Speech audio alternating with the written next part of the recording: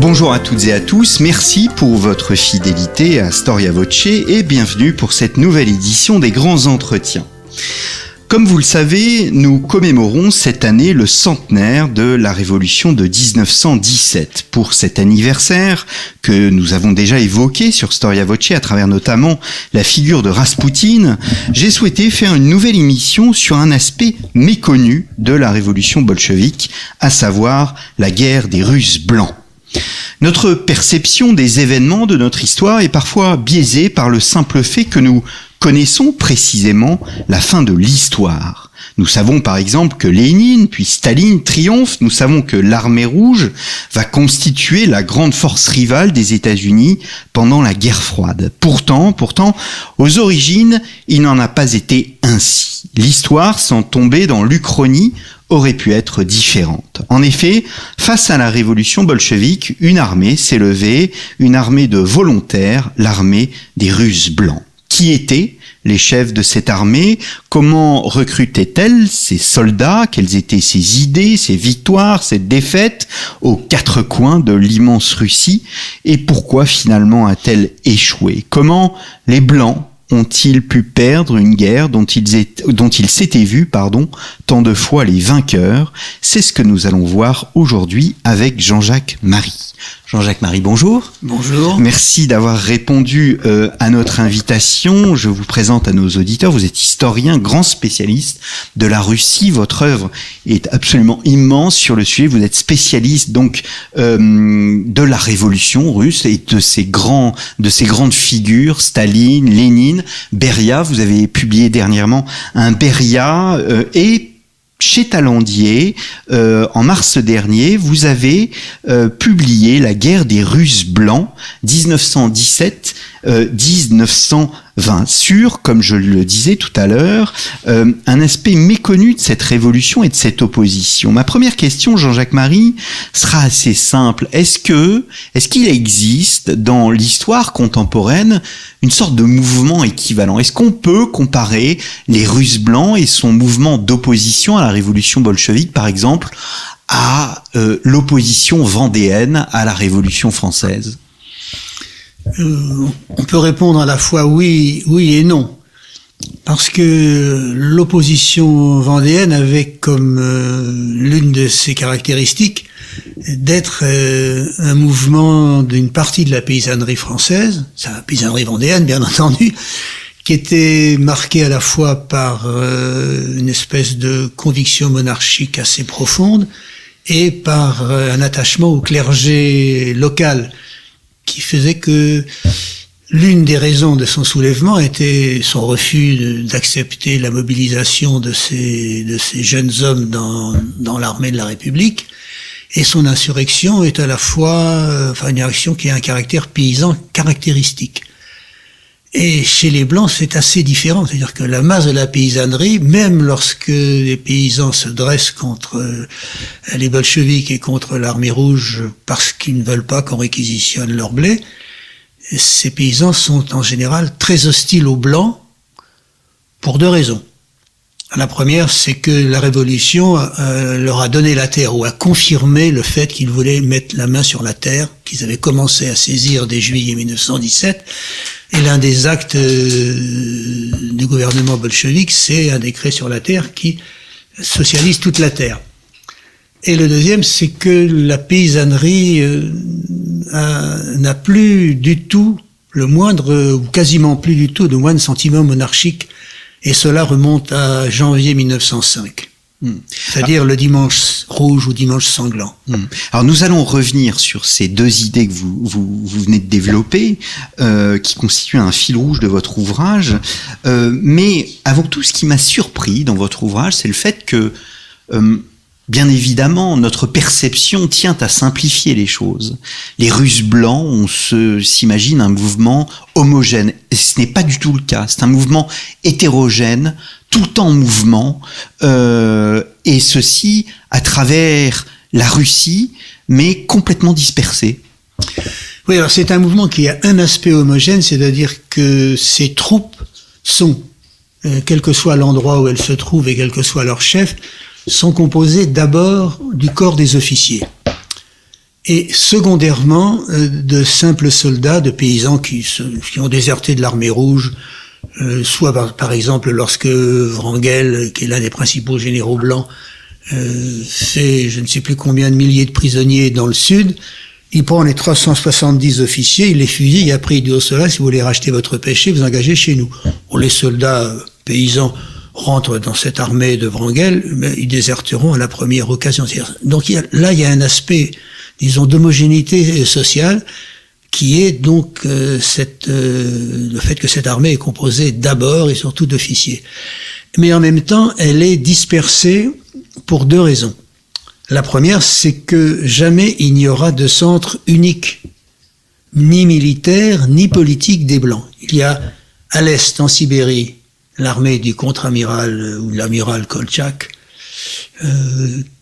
Il y a dans le sud l'armée des volontaires de Kornilov, Kaledin et Denikin, surtout puisque Kornilov meurt au début d'avril 1918, un peu grâce à son imprudence d'ailleurs, si j'ose dire. Il y a au nord l'armée du général Miller soutenue par les Anglais, puis l'armée du général Yudenich, qui commet d'ailleurs des maladresses, qui fait qu'il ne sera pas soutenu par les Finlandais ni les Estoniens. Et puis il y a au sud aussi l'armée du général Kozak Krasnov, qui lui est lié aux Allemands. Donc il y a dans ces armées, ils ont un petit groupe qui est partisan de la restauration de la monarchie, mais la plupart de ces généraux, bien qu'ayant des sentiments monarchistes peu contestables, qu'ils exprimeront d'ailleurs une fois qu'ils seront dans l'émigration, ne prennent pas comme drapeau la restauration de la monarchie parce qu'ils sont profondément convaincus de l'impopularité de la monarchie depuis le massacre de janvier 1905 et puis depuis la catastrophe qu'a représentée la guerre, dans laquelle la masse des soldats tués sont des paysans, puisque c'est la base du recrutement de l'armée tsariste. Et donc, il leur manque, disons, un objectif politique précis. C'est très frappant, par exemple, lorsque Clémenceau envoie une lettre à l'amiral Kolchak en mai 1919, si mes souvenirs sont bons, il lui dit, il faut absolument que vous vous prononciez pour la convocation d'une assemblée constituante. Kolchak répond, oui, convocation d'une assemblée constituante. Mais une assemblée constituante, d'abord, il y en a une qui a été dispersée par les bolcheviks en janvier 1918. Et la masse des paysans, assemblée constituante, ils s'en fichent. C'est pas leur problème. Ce qu'ils veulent, c'est eux la garantie qu'ils garderont la terre. Et de ce point de vue-là, jamais les Blancs n'ont réussi à avancer quelque chose qui puisse convaincre des millions de paysans de se rallier à eux. Par exemple, une mesure frappante, c'est lorsque Denikin, à un moment, l'armée blanche de Denikin, dans le sud, avance en 1919, l'été 1919, avance de façon extrêmement rapide vers Moscou. Et il conquiert des territoires très très grands. Et Denikin instaure une règle, à savoir que les paysans qui ont mis la main sur la terre en gardent l'usufruit, mais il faut qu'ils donnent un tiers de leur récolte à l'ancien propriétaire. Et le paysan, premièrement, n'a pas la garantie que cet usufruit va se transformer effectivement en propriété si Denikin gagne et les autres. Et deuxièmement, lui considère que c'est lui qui laboure la terre, c'est lui qui moissonne, le propriétaire qu'il juge, l'ancien propriétaire, qui à son avis était toujours un faux propriétaire, il n'y a pas de raison qu'il lui donne un tiers de... Denikin dit d'ailleurs lui-même que ça a mal passé, mais c'est ce que les propriétaires qui étaient derrière Denikin voulaient. Donc, et ça se retrouve un peu partout. Dans tous les territoires occupés par les Blancs, ils ne peuvent pas trouver une réponse sociale qui satisfasse la masse de la paysannerie. Donc même lorsque celle-ci se dresse contre les Rouges, elle se dit quand même, demain, si les Rouges gagnent, moi au moins je garderai la terre. Même si je me bats contre eux parce que je veux garder mon blé aujourd'hui. Donc il n'y a pas d'orientation politique au fond unique. Est-ce que ce qui réunit ces armées, c'est l'ennemi commun, la révolution bolchevique? Oui, c'est ça qui réunit. Mais ça les réunit contre. Il n'y a pas de « et après ». Voilà, c'est ça. Le « et après » est toujours dans le vague. Alors, je sais bien que au fil des décennies, la masse des gens a appris à se méfier des programmes que l'on peut leur soumettre lorsqu'il s'agit d'élections. Mais là, il ne s'agit pas d'élections, il s'agit de ce qu'on annonce pour l'avenir. Et tout ça reste, disons, indécis par rapport aux besoins de la masse de la population ou à ses aspirations, puisque la Russie est un pays essentiellement paysan, 86% de la population, c'est la paysannerie, et la masse de cette paysannerie est pauvre. Et celui qui a le mieux compris ça chez les Blancs, c'est Dénikine. Je vais faire une citation parce qu'elle est très caractéristique. Dénikine, qui, parti en émigration, consacrera plusieurs années à écrire un énorme ouvrage sur la guerre civile, un ouvrage de 2000 pages, malheureusement peu été traduit en français, et dans lequel il essaie de comprendre, c'est-à-dire qu'il ne se contente pas de raconter, il essaie de comprendre, de son point de vue à lui. Et parlant de la paysannerie, il écrit « Les trop longues années d'oppression et de misère qui avaient pesé sur les paysans, et surtout la terrible obscurité intellectuelle et morale dans laquelle le pouvoir et les classes dirigeantes avaient tenu la population rurale, ne faisant rien pour instruire, tout cela devait fatalement aboutir au châtiment historique. » Et il ajoute « Les paysans ne voulaient pas de la guerre, qui leur prenait et leur estropiait ses travailleurs, et donc jamais ceux qui se réclamaient plus ou moins clairement du rétablissement de l'ancien régime, pas forcément sous l'angle politique, mais sous l'angle social, ne pouvaient pas obtenir l'appui de ces couches. Et là, Dénikine le dit, à mon avis, bien. De son point de vue, il a clairement compris, mais il n'a pas pu trouver, lui, de réponse aux problèmes qu'il soulève lui-même. Et il y a une forme de lucidité chez beaucoup de ces hommes, de ces chefs, mais il n'y a pas de réponse. C'est ça. D'ailleurs, la lucidité vient surtout quand ils réfléchissent après leur défaite. C'est très frappant. Si on regarde, si on compare les ordres du jour sur le moment, lors des opérations militaires, et ce qui est écrit par les mêmes après, par exemple, autour de l'armée de Dénikine, il y a une espèce de conférence spéciale, qui en mars 1919 publie un décret, oui, je crois que c'est un décret, enfin peu importe le nom exact, disant qu'une fois qu'ils auront pris le pouvoir, seront livrés à mort tous ceux qui ont participé à l'arrivée au pouvoir des bolcheviks. Mais qu'est-ce que ça veut dire, cette formule? Tous ceux qui ont contribué à l'arrivée au pouvoir des bolcheviks. Le paysan qui lit ça, enfin, à qui on lit ça, parce que les 2 tiers des paysans sont illettrés, en 1918, ou qui apprend ça, peut se dire, après tout, moi, j'ai été au soviet du coin, dans mon village, j'ai voté pour ça, est-ce que je suis concerné, est-ce que je suis visé? Donc, l'aspect de restauration politique peut déboucher sur la restauration sociale. Et ça, comme cette guerre civile est essentiellement une guerre sociale, d'une brutalité effroyable des deux côtés, d'ailleurs. Vous décrivez avec force détail cet aspect effroyable. D'ailleurs, c'est pas tellement moi qui le décris. La plupart du temps, ce sont les auteurs que je cite qui le décrivent, parce que j'ai surtout voulu donner la parole à ceux qui ont écrit leurs souvenirs, en me disant qu'après tout, ils racontaient eux-mêmes ce qu'ils avaient vécu, avec ce qui était intéressant d'ailleurs en général, une assez grande honnêteté factuelle.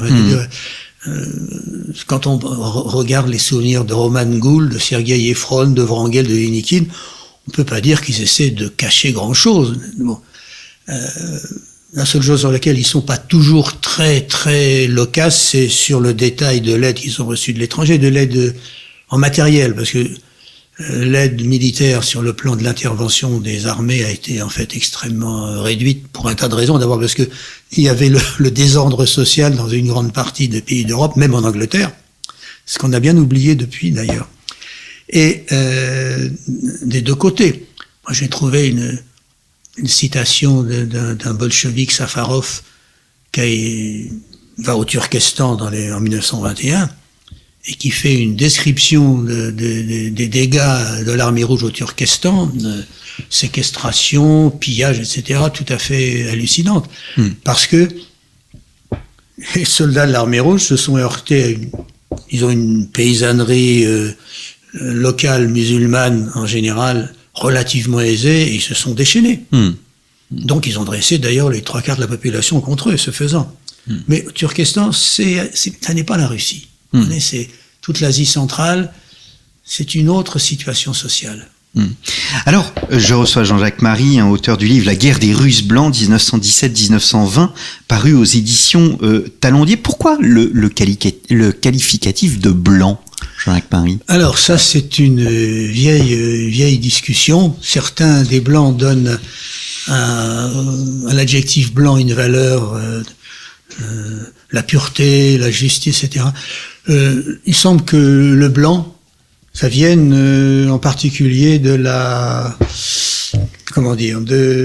du drapeau, et puis d'une espèce de petite, pas décoration, mais d'une partie de l'uniforme, sorte d'épaulette que faisait porter Kornilov au Soleil, l'armée des volontaires, quand il l'a constituée, puisque c'est lui qui en a été le premier vrai chef militaire. Le chef officiel, Alexeïev, était déjà un vieillard, pas tout à fait moribond, mais quand même, il mourra en octobre 1918.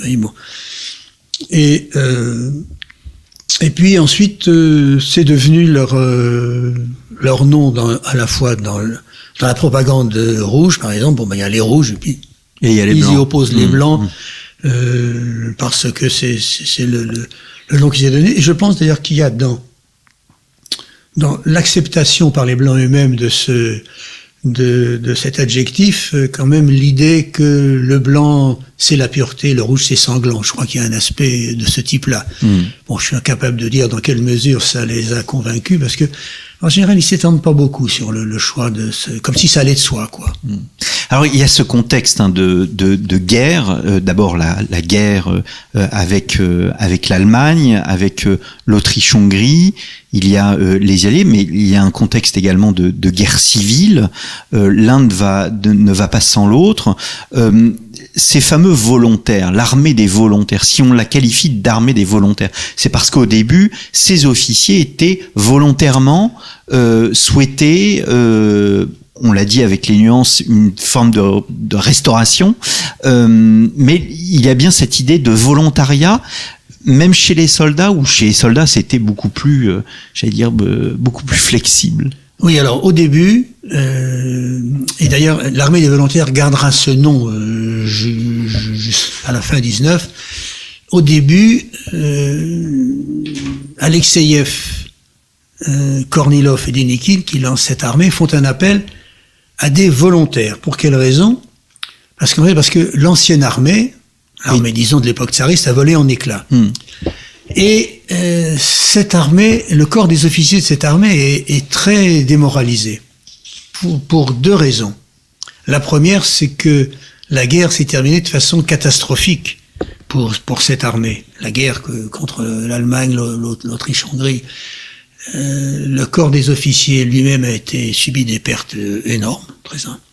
Vous savez, c'est une armée qui a subi des pertes gigantesques, en particulier à cause de la faiblesse de son armement. Dénikine raconte la bataille de Przemysl, par exemple, qui date de 1916, dans laquelle il décrit les tranchées dans lesquelles se trouvent les soldats russes soumis à un bombardement intensif, continu pendant 11 jours, et alors que l'artillerie russe n'a pas d'obus pour répondre, et donc les soldats et les officiers d'ailleurs subissent un massacre à peu près tout à fait effroyable.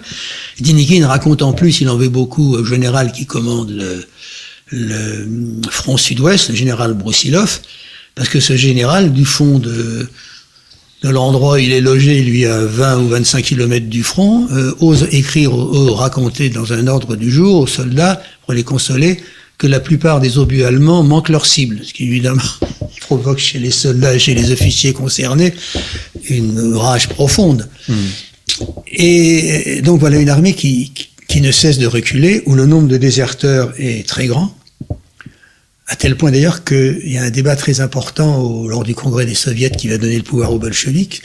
C'est que lors du décret, on n'en parle quasiment jamais d'ailleurs, lors du vote du décret sur la terre, un certain nombre de soldats qui sont là, présents, qui sont élus par leur comité, disent oui d'accord, mais il faut exclure les déserteurs du bénéfice du décret sur la terre, parce qu'eux, ils nous ont laissé tomber, il n'y a pas de raison qu'eux reçoivent de la terre. Alors évidemment, Lénine est un peu embêté, mais il y a eu 2 millions de déserteurs, si ils se les mettent sur le dos. Bon, donc finalement, il essaie de passer par-dessus ce petit problème. Mais il y a donc, et ces déserteurs, parfois, lorsqu'ils désertent, égorgent leurs officiers avant de déserter. Surtout si les officiers essaient de les empêcher. Donc vous avez encore des officiers très démoralisés pour ces deux raisons. Des défaites successives et puis le fait de voir des centaines de milliers de soldats se dresser contre eux. Donc beaucoup restent passifs devant ce qui se passe. Et d'ailleurs, le correspondant c'est du Parisien, oui, Claude Anet, dont on a publié récemment les correspondances sur la Russie en 1917-1918, est tout à fait choqué par le fait que la masse des officiers reste passive. Et lui, c'est très facile. De son bureau, il peut leur reprocher. Il n'a pas vécu ce qu'ils ont vécu. Et c'est la raison pour laquelle Dénikine et ses amis font appel au volontariat. Parce qu'ils savent qu'ils ne peuvent pas, se présenter. Eux, voilà, nous, généraux de l'armée sortante, nous décidons que les officiers de tel régiment, etc., doivent nous rejoindre.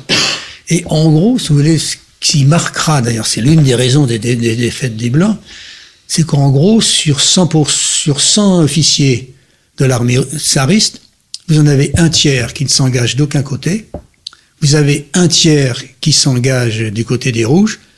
Alors on expliquera souvent que c'est à cause du décret sur les otages pris par Trotsky, mais j'ai découvert que c'était absolument faux.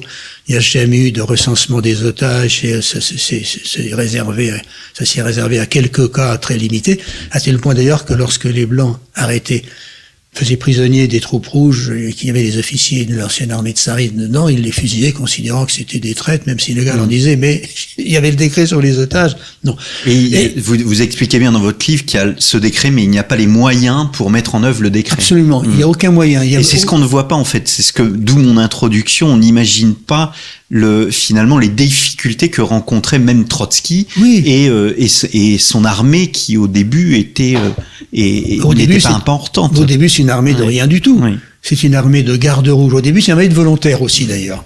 La conscription sera décrétée, seulement à partir d'août 18. Donc, dans les deux côtés, d'ailleurs, vous avez les armées de volontaires. Donc, les volontaires sont quoi?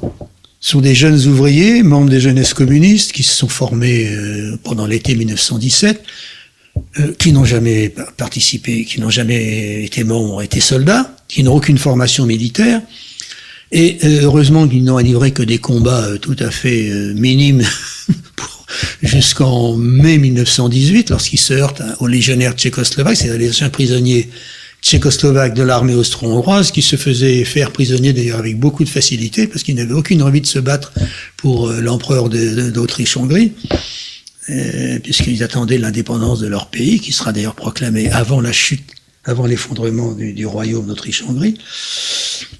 Et commencera à y avoir une armée rouge réelle à partir du moment où il y aura conscription, et puis formation militaire. En fait, ça commence à partir de, sérieusement, disons, septembre 1918. Au même moment d'ailleurs où l'armée blanche commence elle aussi d'ailleurs dans le sud à se former comme une armée réelle avec corps des officiers, et moment où d'ailleurs à partir de ce moment-là on cesse de fusiller les prisonniers d'en face. Parce que après tout les prisonniers d'en face peuvent être des soldats. Peuvent être des soldats. Et alors c'est aussi fascinant dans votre ouvrage, on voit des soldats, des officiers, vous le disiez tout à l'heure, passer d'un camp à l'autre comme si de rien n'était. Ce qui montre l'époque troublée que c'était. Oui, c'est une époque. D'abord, prenez toute révolution prolonge et aggrave forcément le désordre qui l'a engendré. Parce que si une révolution en octobre 17, on dit coup d'État, mais c'est pas un État. Le journal des Izvestia des soviets, alors tenu par, disons, les mencheviks et les socialistes révolutionnaires, explique mi-octobre que il n'y a plus de quoi nourrir personne, tout va s'effondrer, le journal de Gorky est désespéré. C'est un pays qui se disloque. Et qui va, la famine est menaçante, et d'ailleurs, bien sûr, elle va, non seulement elle est menaçante, mais elle va encore s'aggraver. C'est un pays ravagé par la famine, donc tout s'effondre. Et donc chaque force se constitue dans une situation d'effondrement.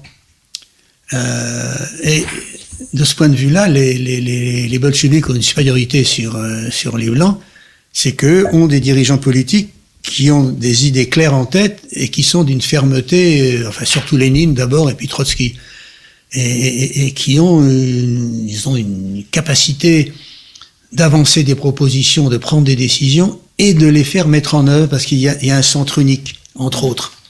Chez les Blancs, il n'y a pas de centre unique. Rendez-vous compte que les communications entre Dénikine dans le sud et Kolchak à l'est passent par Londres et Paris. Parce que s'il faut envoyer quelqu'un par bateau du sud de la Russie vers la Sibérie, ça met au moins 2 mois. Si en plus l'envoyé n'est pas chopé par les rouges en même temps. Donc vous avez cette dispersion qui est aggravée d'ailleurs par les ambitions individuelles de chacun. C'est-à-dire que même si à un moment, lorsque Kolchak à l'Est se proclame régent, lorsqu'il prend le pouvoir en novembre 1918, et il est reconnu comme régent, c'est-à-dire celui qui dirige la Russie, théoriquement, en l'absence d'un roi, dont personne ne veut à ce moment-là. Les autres finissent par reconnaître son autorité de régent, mais c'est purement formel. C'est-à-dire que, par exemple, jamais il n'y aura de lien entre l'armée du Sud, qui s'appelle toujours l'armée des volontaires, même si elle est plus constituée de volontaires, et l'armée de Kolchak en Sibérie. Jamais il n'y aura de liaison entre l'armée de Dénikine dans le sud et l'armée de Yudenich près de Petrograd ou de Miller dans le nord. Ce sont toujours des forces distinctes. Même si elles ont un but plus ou moins commun, il n'y a aucune coordination ni militaire ni politique. Oui, vous montrez que les politiques même constituent un élément perturbateur du jeu parce que ça complique, ça augmente les égos et ça développe finalement un sentiment plus de séparation que d'unité. Alors pour 2 raisons, oui. Enfin, je dis toujours pour 2 raisons, mais c'est pas une manie. La première, c'est que beaucoup d'officiers et de militaires se méfient de ces politiques. Par exemple, lorsque l'armée des volontaires s'engage dans ce qu'on appelle la marche de glace, ils ont un long convoi qu'ils traînent, et pour un certain nombre de généraux, parmi dans les convois qu'ils traînent, il y a un convoi qui leur paraît vraiment perdu, c'est celui qui transporte les politiques, qui eux, bien entendu, ne peuvent pas se déplacer à cheval ni à pied. Et puis deuxièmement, ces politiques ont beau être du côté des Blancs, ils sont divisés entre eux. Vous avez ceux qui appartiennent à ce qu'on appelle le parti cadet, c'est-à-dire le parti constitutionnel démocrate dit cadet à cause des initiales russes. Et ceux qui, bien que s'appelant constitutionnel démocrate, certains sont plus ou moins partisans d'une restauration de la monarchie, d'autres sont plus ou moins partisans du maintien d'une république avec une république forte, quoi. Et puis vous avez des nostalgiques de la Révolution de février qui voudraient revenir donc à cette époque-là, au lendemain de la Révolution de février. Par exemple, un Tchaïkovski qui n'a rien à voir avec le musicien, qui fait partie du gouvernement de Dénikine à un moment. Donc, il fait partie de ces nostalgiques de février. Donc, pour beaucoup de généraux, ces politiques introduisent des ferments de division. Et en même temps, comme ils ont une vision politique, quelle que soit la valeur de cette vision politique, ces politiques sont souvent critiques à l'égard des mesures prises par les militaires. Maintenant, vous avez certains généraux blancs qui sont renommés parce qu'ils sont particulièrement brutaux, comme Adolphe Pokrovski, d'ailleurs, qui lui écrira des mémoires avant de se faire assassiner en Bulgarie en 22 par je ne sais pas qui, d'ailleurs. Jamais réussi à trouver qui l'avait tué. Bon, alors lui, c'est un pendeur. Bon, il est soumis à des critiques, parce que, y compris d'ailleurs de la part de certains de ses supérieurs, comme Wrangel, parce qu'il explique que, bon, un paysan pendu, ça fait 10 paysans qui se dressent contre l'armée blanche. Donc, eux, par exemple, ils élaborent un programme politique. Dans mon livre, je cite en particulier un programme élaboré par un général, d'ailleurs, qui s'appelle Makrov, dont le frère est général dans l'armée rouge, dont la femme est prisonnière, elle est dans sa maison, mais enfin bon, elle est quand même dans un territoire occupé par les Rouges, résidence. Bon, et qui élabore un programme qui ne sera jamais appliqué d'ailleurs ni par Dénikine ni par Wrangel. Était-il applicable? Ça, c'est difficile à dire. En tout cas, bon. Donc vous avez toute une série de divergences qui peuvent apparaître minimes au regard de ce qui se passe, mais qui sont autant de foyers de division. Après tout, des divergences minimes peuvent s'avérer importantes. Alors pourtant, il y a des moments que vous identifiez, notamment ce que vous avez appelé le tournant décisif. Il y a des moments où l'armée blanche aurait pu très bien prendre le dessus sur ce que nous disions tout à l'heure, cette armée rouge qui était à l'état aussi embryonnaire, notamment, je ne sais pas si je prononce correctement le mot, à Sviask. Sviask, oui. À Sviask, où l'ignorance fait que l'armée blanche rate l'occasion de s'ouvrir la route de Moscou. Oui, c'est fin août, début septembre 1918. Oui, là, c'est un épisode, là on peut dire que le hasard joue un rôle très important, puisque c'est le début, du passage de l'armée rouge d'une armée de volontaires à une armée, professionnelle, si on veut, c'est encore un peu... Et lorsqu'arrive les détachements des Blancs avec les légionnaires tchécoslovaques, ils prennent Kazan, les soldats de l'armée rouge s'enfuient à toute allure. Bon. Ils arrivent aux abords de Sviask, où il ne reste pas grand monde comme soldats. Trotsky décide de quitter Moscou pour s'y installer avec son train. Alors ce qu'on appelle les trains blindés à l'époque, vous savez, ça n'a vraiment rien à voir avec ce qu'on appelle un train blindé, disons depuis la Première Guerre mondiale. En fait, ils sont blindés avec des sacs de sable ou avec des planches arrachées ici ou là. Et ça peut pas vraiment faire un obstacle à des obus d'un petit calibre. Enfin bon, il s'installe là, il décroche la locomotive.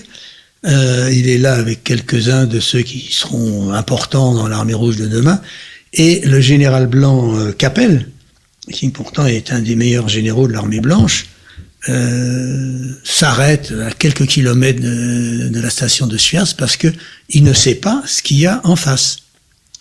Il ne sait pas qu'il y a le train de celui qui est chargé de créer l'armée rouge. Il ne sait pas qu'il n'y a pas grand monde comme force, donc il n'a aucun service de renseignement. Ce qui quand même, ma compétence militaire est très mince, puisque j'ai fini mon service militaire comme première classe. Mais je crois savoir quand même que le renseignement est un élément très important, très important des opérations militaires. Là, il ne sait rien. Et donc, il se livre à une manœuvre d'encerclement qui va lui faire perdre 48 heures. Ces 48 heures sont utilisées par Trotsky pour reprendre en main des troupes qui sont là. Il fait fusiller quelques déserteurs membres du Parti communiste, parce que les soldats disent oui, quand on déserte, si on n'est pas membre du Parti communiste, on est châtié, et les autres, ils sont pas châtiés. Non. Et là, il rétablit en 48 heures une espèce de petite armée. Et finalement, les Blancs pouvaient s'ouvrir la route de Moscou. Il restait plus grand monde pour s'opposer à leur avance. Alors évidemment, je ne sais pas ce qui serait passé. Mais quand même, là, il y a un moment, c'est tournant. Un autre moment tournant, c'est mars 1919, quand l'armée de Kolchak en Sibérie commence une offensive face à une armée rouge très démoralisée, où les Blancs sont tellement sûrs de gagner qu'ils s'opposent à une proposition qui est faite par les Américains. Les Américains ont fait une proposition en janvier, que d'abord Lénine a rejeté, et puis qu'il accepte en mars, à savoir, on fait une conférence à Prinkipo, d'ailleurs je ne sais pas pourquoi ils avaient choisi Prinkipo, des chefs blancs, de tous les chefs, des chefs bolcheviques, pour parvenir à un accord d'un armistice, chacun gardant le contrôle des territoires qu'il contrôle au moment où la conférence s'est réunie. Et les Blancs, bon, pour eux, les bolcheviks sont ou des agents allemands ou des représentants de la populace, mais surtout, ils sont sûrs à ce moment-là de gagner. Donc, ils envoient promener la proposition, enfin, les Américains, ils refusent, bien. Et moment tournant, parce que c'était juste à ce moment-là que sur le front, enfin c'est pas tout à fait à ce moment-là, c'est un mois plus tard, sur le front de l'Est, les troupes de Kolchak vont commencer à se décomposer. Et donc s'ils avaient accepté cette conférence, il y aurait eu une sorte de statu quo. Il y aurait une sorte de statu quo, où les Blancs auraient gardé en gros les 3/4 du territoire de la Russie, enfin puisqu'ils gardaient quasi toute la Sibérie, donc effectivement, une petite partie du sud, bon, pas grand-chose au nord, Arkhangelsk et Mourmansk, mais enfin quand même, c'est pas rien. Et puis, bon, la Lettonie qui à l'époque n'était pas indépendante, et l'Estonie qui à l'époque n'était pas indépendante, bon. Ils ont raté cette occasion parce que Lénine est tellement persuadé qu'ils risquaient de perdre tout qu'ils avaient déjà préparé le fait de se fuir à l'étranger pour ne pas être pendus, y compris des faux papiers. Donc là, les Blancs ont raté une occasion qui ne se représentera jamais même lors de la troisième offensive du Sud, lorsque en juillet 1919, Dénikine lance une directive vers Moscou. Et ils sont tous pleins dans l'armée du Sud, ils sont pleins de certitudes qu'ils vont arriver, ils vont prendre Moscou. Et ils arrivent jusqu'à 200 km de Moscou, mais là, ils se heurtent à un événement qu'ils n'avaient pas prévu. C'est les insurrections paysannes derrière eux, et entre autres, mais pas seulement, l'armée de Makhno, l'armée de l'anarchiste Makhno, qui a rassemblé une armée de près de 50 000 paysans. Et leur objectif, c'est clair et net, ils veulent la république paysanne dans la région qu'ils contrôlent, c'est-à-dire une région pas tout à fait grande comme la France, au centre de l'Ukraine, et ils déclenchent ces insurrections, mais les paysans se soulèvent aussi un peu partout. Et brusquement, l'armée blanche doit consacrer une partie importante de ses forces à écraser ces insurrections qui, évidemment, menacent son ravitaillement. Et la débandade est quasiment aussi rapide que l'offensive. Et là, ils ont vraiment espéré aussi. Est-ce que vous avez évoqué les États-Unis, Jean-Jacques Marie? Est-ce qu'il existe une politique russe à l'égard des Blancs de la part des Alliés, des Français, des Anglais? Et donc vous avez parlé des États-Unis. Alors, ça n'est pas la même politique. Il existe une politique d'abord du gouvernement français, qui est le plus acharné à vouloir participer à l'écrasement de la révolution russe. Clémenceau est particulièrement décidé sur ce point, à tel point que c'est lui qui fait organiser le blocus de la Russie soviétique du 1er janvier 1919 au 1er janvier 1920. Et c'est lui qui élabore l'idée d'édifier une série d'États tampons le long de la frontière occidentale de la Russie soviétique. Deuxièmement, c'est lui qui essaie de la façon la plus nette d'organiser une assistance militaire aux armées blanches. Et ça se manifestera par exemple que la dernière armée blanche, celle du général Wrangel, qui est en Crimée mars-avril 1920 jusqu'à novembre 1920, c'est la France qui fournit en armes cette armée, c'est la France qui va aider à son évacuation, à l'évacuation de cette armée par bateau.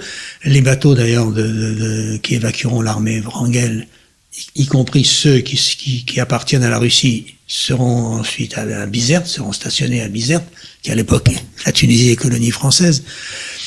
Et c'est la France, donc, qui est la plus décidée dans ce domaine.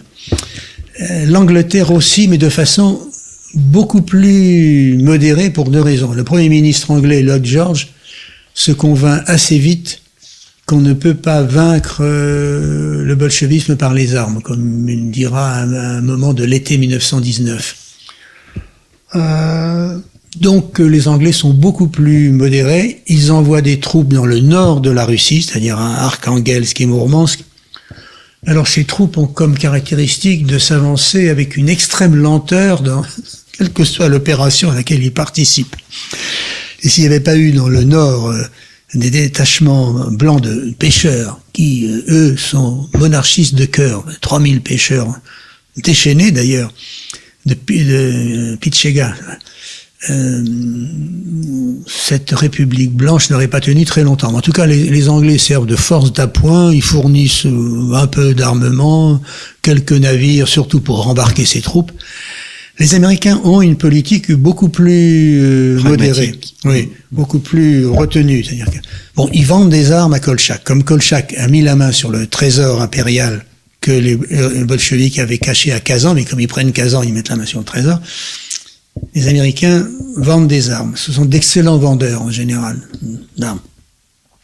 Mais ils envoient un détachement de 7000 hommes en Sibérie, qui ne participent en fait à aucune opération militaire. Ils sont là surtout pour surveiller les 57 000 Japonais qui ont débarqué en avril 1918, et qui d'ailleurs, eux, disons, ont mis la main sur une partie du territoire au-delà du lac Baïkal, qui ont à leur service, alors, 2 aventuriers blancs qui échappent au contrôle des autres blancs, et à commencer par l'amiral Kolchak, qui commande la Sibérie, dont là est fou, le baron Ungern, Sternberg, qui est un fou, vraiment un fou complet, lui. Et puisqu'il rêve d'instaurer une espèce de monarchie plus ou moins bouddhiste. Enfin bon. Et l'autre qui est un aventurier, Semyonov, qui est financé par les Japonais, qui le contrôle. Mais les Japonais ne vont pas plus loin. Bon, ils sont installés à Vladivostok, mais enfin bon. Ils n'engagent pas leurs troupes en Sibérie, même au-delà du lac Baïkal. Ils se contentent de rester là, et les Américains les surveillent, parce qu'ils ne veulent pas que les Japonais mettent la main sur la Sibérie. Bien entendu, ils ont quand même racheté l'Alaska en 1867, pour une bouchée de pain d'ailleurs. Le tsar Alexandre II était vraiment un homme généreux. Et c'est pas pour laisser les Japonais mettre la main sur l'autre côté. Donc eux, une politique très réservée, et Wilson est très inquiet, donc c'est pour ça qu'il essaie de s'entremettre en mars 19 pour essayer de proposer une conférence de paix qui aboutisse à ce que la guerre finisse là-bas.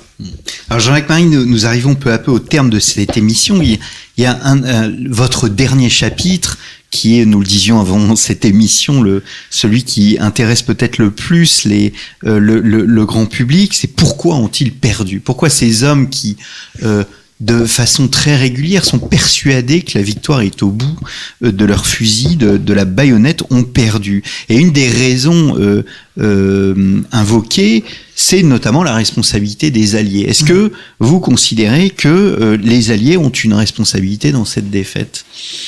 Alors avant de répondre à la question, je voudrais rappeler qu'un certain nombre de dirigeants bolcheviques étaient hostiles à l'insurrection parce qu'ils étaient persuadés qu'ils ne tiendraient pas 15 jours. Vous avez par exemple dans les notes sur la révolution bolchevique de Jacques Sadoul, qui était membre de la mission militaire française à Pétrograd à ce moment-là, il rencontre Alexandra Kollontai, qui est la première ministre femme que le monde ait jamais connue, et qui prendra un certain nombre de mesures pour l'émancipation des femmes. Il la rencontre, alors voir comme elle est belle, il fait une description d'elle, en disant qu'un ministre comme ça, elle n'en a jamais vu, mais surtout elle lui dit que bon, ce qui est important, c'est les mesures que nous prenons tout de suite, parce que ça laissera un héritage pour après. Et elle dit comme les mesures de la commune, quoi. Donc elle envisage qu'ils vont... le commissaire du peuple à l'instruction, Lunacharski, dit à un de ses camarades, bon, dans 15 jours, on sera pendu, au rebord des fenêtres de nos bureaux.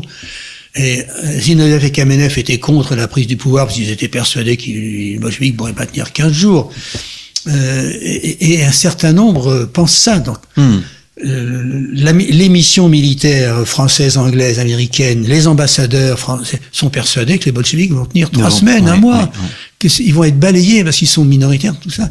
Donc bien évidemment que les Blancs pensaient ça, même bien que leurs forces fussent très limitées au début, ils pensaient un peu la même chose. Bon, tout ça, c'est la populace, c'est des voyous, etc., ce qu'on veut. Bon, puis en plus, ils n'ont aucune compétence militaire. C'est vrai que pour ce qui est des compétences militaires, Trotsky n'avait jamais appartenu à quelque formation militaire que ce soit. Enfin, c'est pas lui qui s'occupait des décisions militaires, en fait. Bien. Alors. Responsabilité des Alliés. Voilà. Comme ils ont été battus, ils ont cherché la responsabilité des Alliés. Or, cette responsabilité, ils la voient en général dans 2 domaines. Premièrement, ils n'ont pas accordé assez d'importance au phénomène, disons, bolchevique ou communiste. Donc ils n'ont pas jugé bon de le combattre parce qu'ils pensaient que ce phénomène n'était menaçant qu'en Russie. Or ça, quand on regarde les déclarations des dirigeants des pays européens, par exemple en janvier 19, on s'aperçoit qu'ils ne savent pas ce qu'ils pensent. Clémenceau, parce que d'abord il y a eu la révolution qui a renversé la monarchie allemande et autrichienne en novembre 18, qui a débouché sur une première vague révolutionnaire en Allemagne et en Autriche. Vous avez l'Italie est secouée de fond en comble, et Clémenceau déclare le 19 janvier 19, si le bolchevisme gagne l'Italie, ça va menacer toute l'Europe. Donc, ils ont cette perception, cette conscience d'un danger social pour eux tous. Lorsque le dirigeant syndicaliste anglais Bevin alerte, qui sera plus tard ministre des Affaires étrangères de l'Angleterre au lendemain de la Deuxième Guerre, et qui sera l'un des plus solides adversaires de Staline, déclare au Premier ministre Lloyd George, non, n'intervenez pas là-bas, sinon vous allez semer le désordre chez nous. Donc vous avez de ce point de vue-là, les Blancs se trompent. Alors, deuxièmement, ils affirment que l'aide militaire n'a pas été à la hauteur. Alors, si on regarde l'intervention militaire, alors, ils ont dit 14 pays sont intervenus, c'est vrai. Mais quelle est la réalité de leur intervention?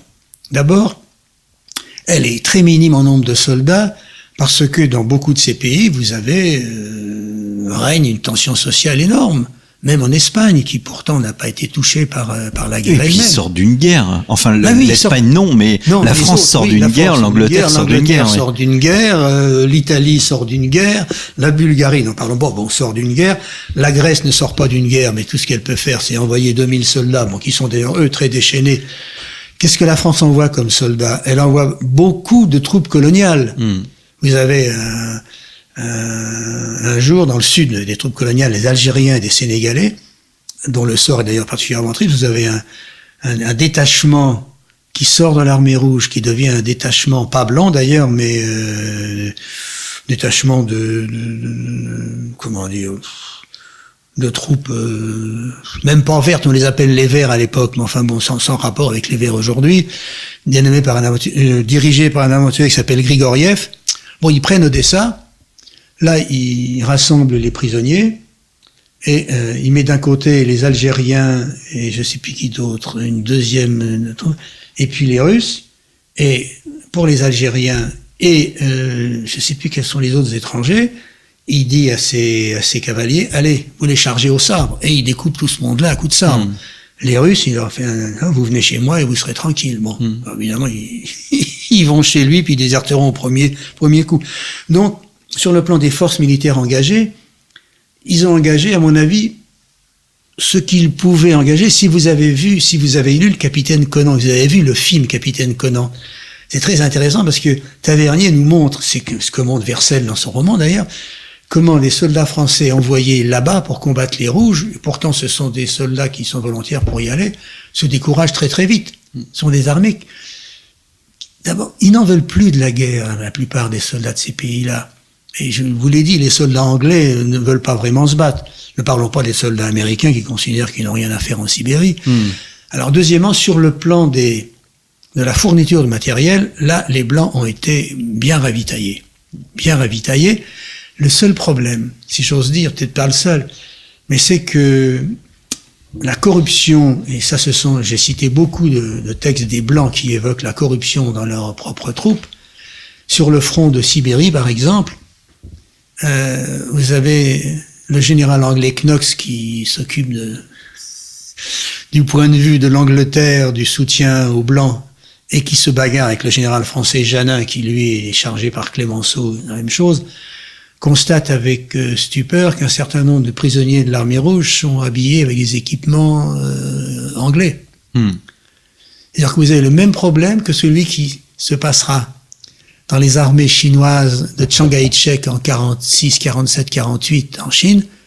Une bonne partie des officiers vendent les armes ou les équipements qu'ils reçoivent aux gens d'en face, qui payent avec des roubles qu'il faut utiliser très vite parce qu'ils se dévaluent chaque jour, ou qui payent en vodka, je ne sais pas, mais ils payent d'une certaine façon. Donc, et l'un de ceux qui décrivent de la façon la plus, ce sont des Blancs qui décrivent de la façon la plus brutale la corruption de cette armée blanche. L'un c'est Savitch, l'autre c'est Makrov, et puis Wrangel et Dénikine eux-mêmes, qui en font un tableau désespéré et désespérant.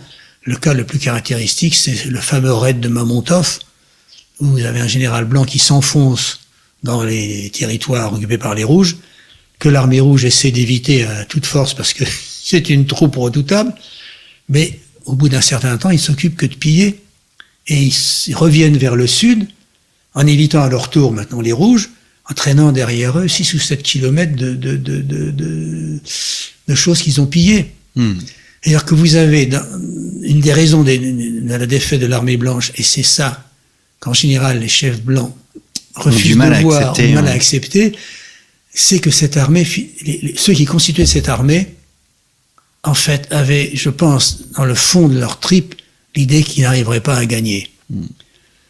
Peut-être pas tous, bien entendu, sinon ils n'auraient pas continué. Mais c'est quand même ce qu'on sent quand on lit les souvenirs de Dénikine, Wrangel, et on sent qu'il manquait dans cette armée un ressort qu'il y avait plus dans l'armée d'en face. Eh bien, c'est sur cette absence, Jean-Jacques Marie, que nous allons nous quitter. Il y a bien d'autres raisons. Vous décrivez, j'en ai compté, il y a plus de 18 raisons que vous donnez, que vous décortiquez en faisant la part de ce que vous estimez justement raisonnable et non raisonnable. Et donc, je renvoie nos auditeurs à votre ouvrage. Donc, Jean-Jacques Marie, La guerre des Russes blancs, 1917-1920 aux éditions Talendier. Je vous remercie. C'est moi qui vous remercie. Très chers auditeurs, pour votre fidélité. Je remercie à la technique Georges qui, toujours fidèle, nous accompagne. Merci et à très bientôt pour un nouveau numéro des Grands Entretiens.